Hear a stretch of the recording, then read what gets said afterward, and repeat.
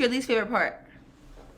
There's no least favorite part. It's all easy and fun and amazing. Happy wife, happy life. زيك ما لقيت يا وطني أنا Assalamu alaikum wa rahmatullahi wa barakatuh. Welcome back to the Balancing Act. I'm your host, Dad, and today we are talking about marriage and some of the things I've had to learn the very hard way. And I could not have a better host to join me while having this conversation other than the person I'm married to, Hamza. Welcome aboard. Welcome to the podcast. Thank you.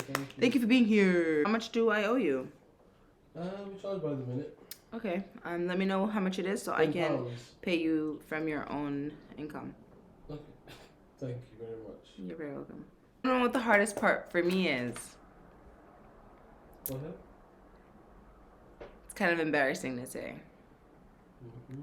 Because I feel like, it's easy. It's like, why are you struggling with this? But I swear down, I think the hardest part of marriage is being nice.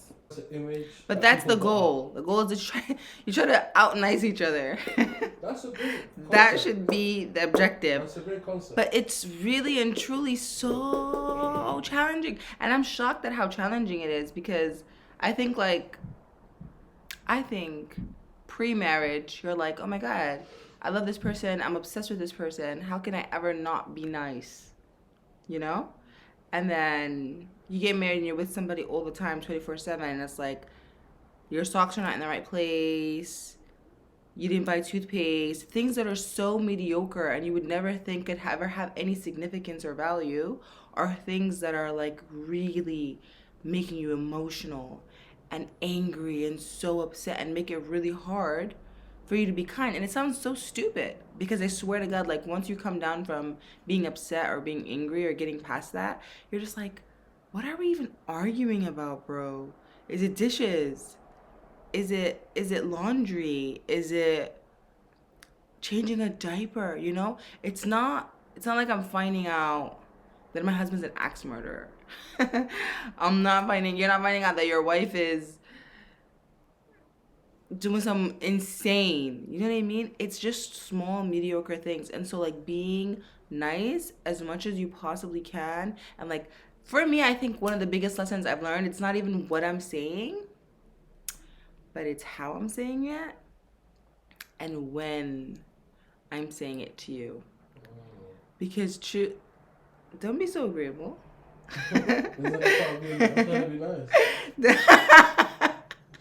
Don't be so agreeable, all right? You know what I'm saying? Don't imply that I'm not the nicest person on the planet all the time. I don't know about that. Very wise words. Very wise words. Remember, my therapist literally said, you're so good at the theory stuff. Yeah, great. It's great at theory. Your theoretical masterclass. Oh my goodness. Not too much. No, you're great. You're very practical too. But yeah, man. That's something I think that was hard to learn. Yes. And that was something that was hard to adapt to. But yes, one of the things I've learned, number one, is it's not what I'm saying, but it's how I'm saying it and when I'm saying it.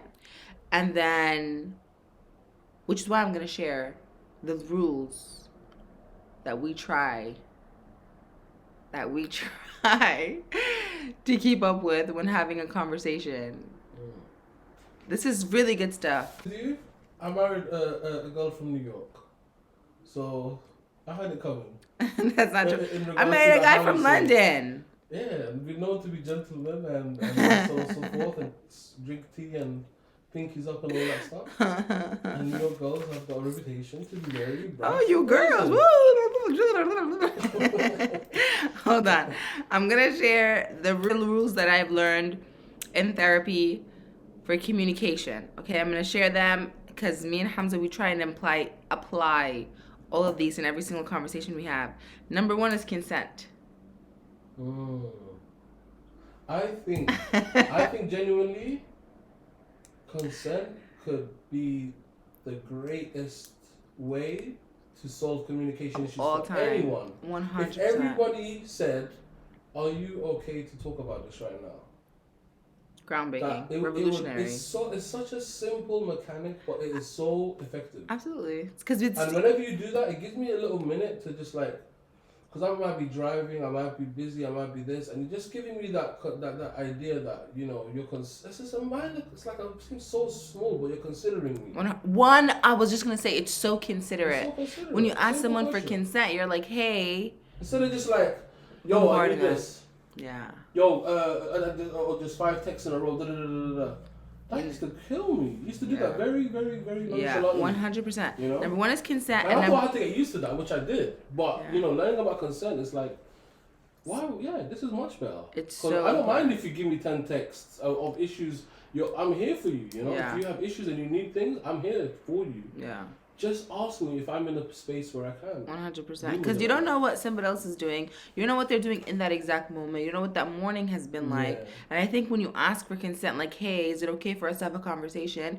You also allow people this like level of respect. You afford them this level of respect, you know? Like, hey, do you have the capacity to have this conversation? I already feel so considered, and I feel like I've come across your mind and you're thinking about how I'm feeling before you share something with me that might hurt me. So I'm like, you know what? Wow, like this is somebody that is not on the attack. It's not somebody who's on the And also the important part is replying to that. Like, you know? Ooh, yes. I'll even write that down here. So when somebody asks for consent, you can either say yes, let's have a conversation, or no, but you have to say when you can do it. That's the that's so important. That's what I've been working on. I think I'll go better at that. Yeah, you have, because I think just saying no is it's not as nice. And then if I'm feeling anxious, if I'm feeling anxious, then it really doesn't allow for me to have like the opportunity to be able to, you know, like get a turn. And then this might be one of the greatest things I've ever heard in my life. Step number 2, which is addressing 1 to 2 issues per interaction. Oh my God. I really think this is so important because I've always been someone who, if I was going to bring an issue to you, I have a laundry. I have 100 things to mention. And then I think like things start, you get lost, you know, it goes into a loop. So you're like, oh wait, there's this, and then there's that, and then last month, and then last year, and then you get lost in story. So 1 to 2 issues per discussion, per conversation. And number 3, you cannot get lost in story. You cannot tell a story. And the reason why you can't tell a story is because you risk triggering yourself again, because you're reliving it. You're reliving the painful experience that happened. So you did this, and then I did this, and then remember this morning when this happened, and then that happened, and then let's say, for instance, like we had an issue this morning. You didn't wash the dishes, or I didn't wash the dishes. I'm walking up to you, hey, this morning when you didn't wash the dishes, and you put the fork in the sink while I was washing the dishes, and then I told you not to do it, and then you said, and it's like I'm telling you a play-by-play. I'm actually triggering myself because I'm reliving the whole thing. So instead, I feel, which is what I have written here. You have to use the I feel. You can't do the you did and you did and you did. Instead, it's I feel. I feel unheard. This morning, when we had the issue with the dishes, I felt disrespected. I felt like I wasn't being considered. I felt like my feelings weren't being thought of. I feel, and not you did, and not sharing the story. Oh my goodness. It's also very important, It's hard to do. Some of these things are hard. They're so hard. But if you can master these things, or if you can even try and apply 2 or 3, because remember, good enough at the time. We don't hold ourselves to the standard of perfection. You were saying about being nice all the time. That's something that's unattainable. That's true. I don't think we should have even, if we could try. Yeah, but I mean, like, that needs to be a standard at the forefront of your mind. Yeah. When I'm married, I'm thinking about how I can nice and kind to my partner all the time. How can I always be kind? How can I say it nicely? But the how is not just like making the intention to do that. The how is these things that you're saying. It's the details. Yeah. You have to put mechanics in place in order to be nicer. Yeah. Because you might just be trying to tell me something, but you're not being nice about it. Just simply by not asking for consent. Yeah. Or pointing the finger in your story, you know? Right. And when you give a story, you're also taking away the other person's voice. That's true. Or they feel like they have to retort with the story. Now you've taken 30 minutes. Yeah. You could have just summarized and said, I feel this. could you consider this next time? Yeah. And naturally, no one's gonna return that and say, oh, da, da, da, da, you know? Yeah.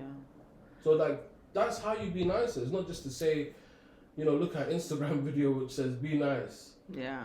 Be nice to your partner. Try and be the nicer one. And that's how you're going to achieve happiness. How though? Well, surely I don't think that. I think a happy ever after is a myth, and I think that like thinking that you're gonna attain this happiness all the time. I seen this video that was so amazing, and I really don't think the girl realized how amazing she was being in that video and what she was saying and how groundbreaking it was.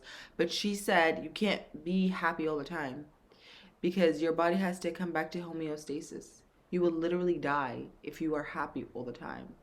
And I just thought, whoa, you literally need to come back to how you're feeling. I always heard that in a different way, which is, being happy all the time. Like, you need to feel other things in order to know what happiness is. Yeah, 100%. So constantly being happy doesn't sounds great in theory. In theory, sounds great, but I really feel like if there's one piece of advice I can give to somebody, other than all the therapy I've learned, I would just in marriage. Yeah, in all your relationships, I really would say, watch the way you speak, work on. But you know what? I have to be honest with you.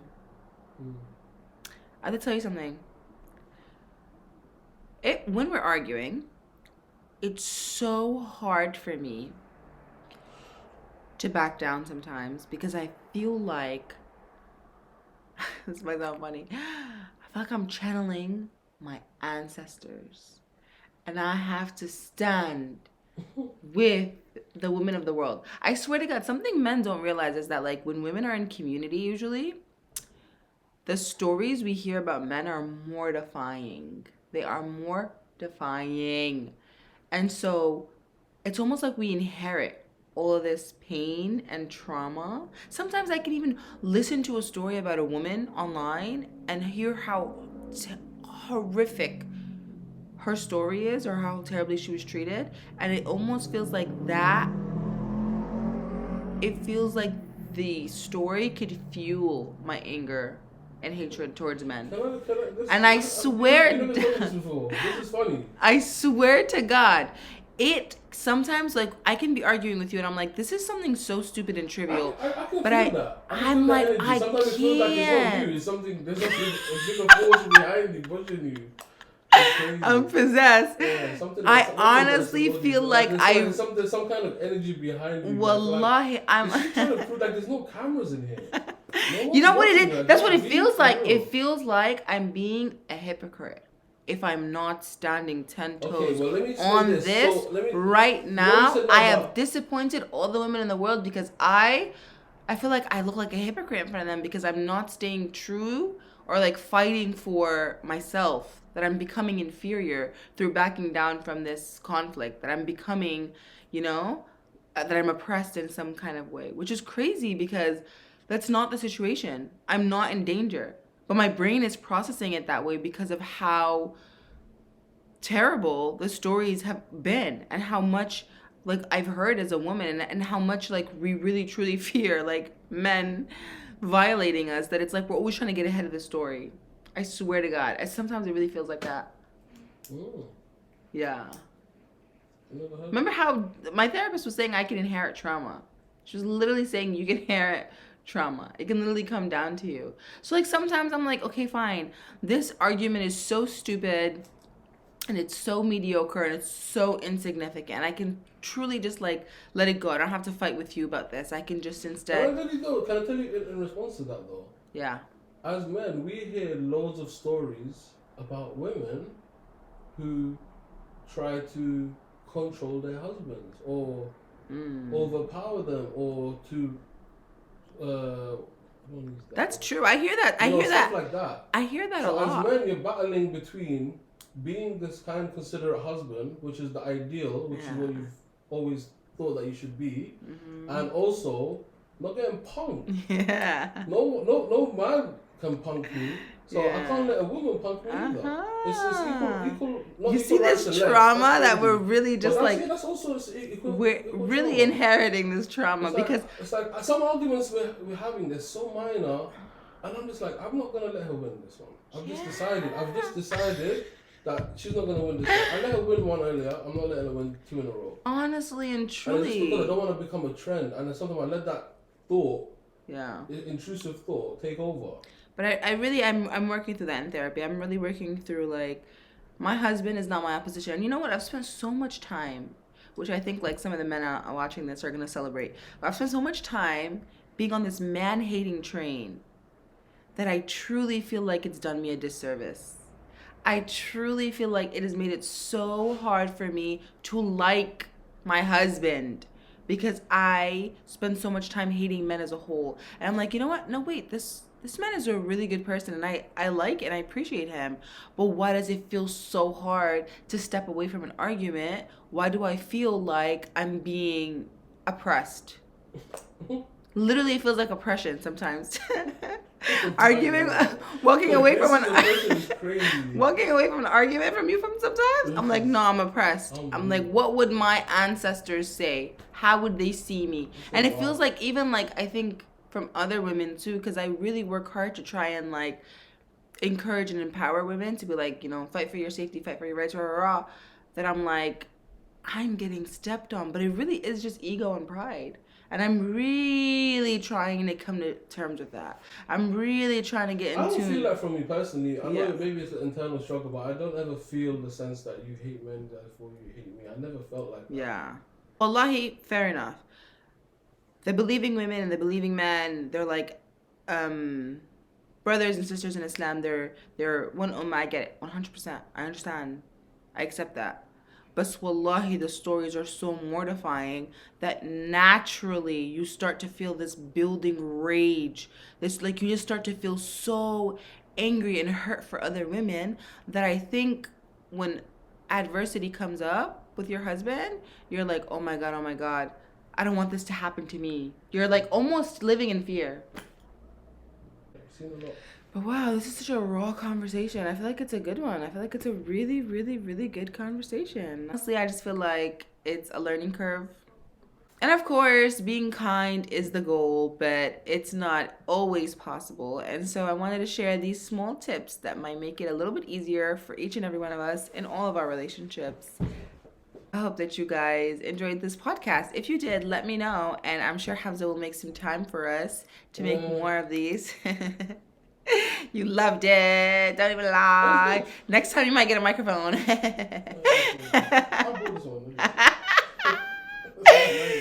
But yes, thank you guys for tuning in. I appreciate it so much. I leave you in the care of Allah, and I hope to see you next week where we will be talking about relationships and how I have destroyed nearly every single relationship in my life and how I have managed to repair some, all.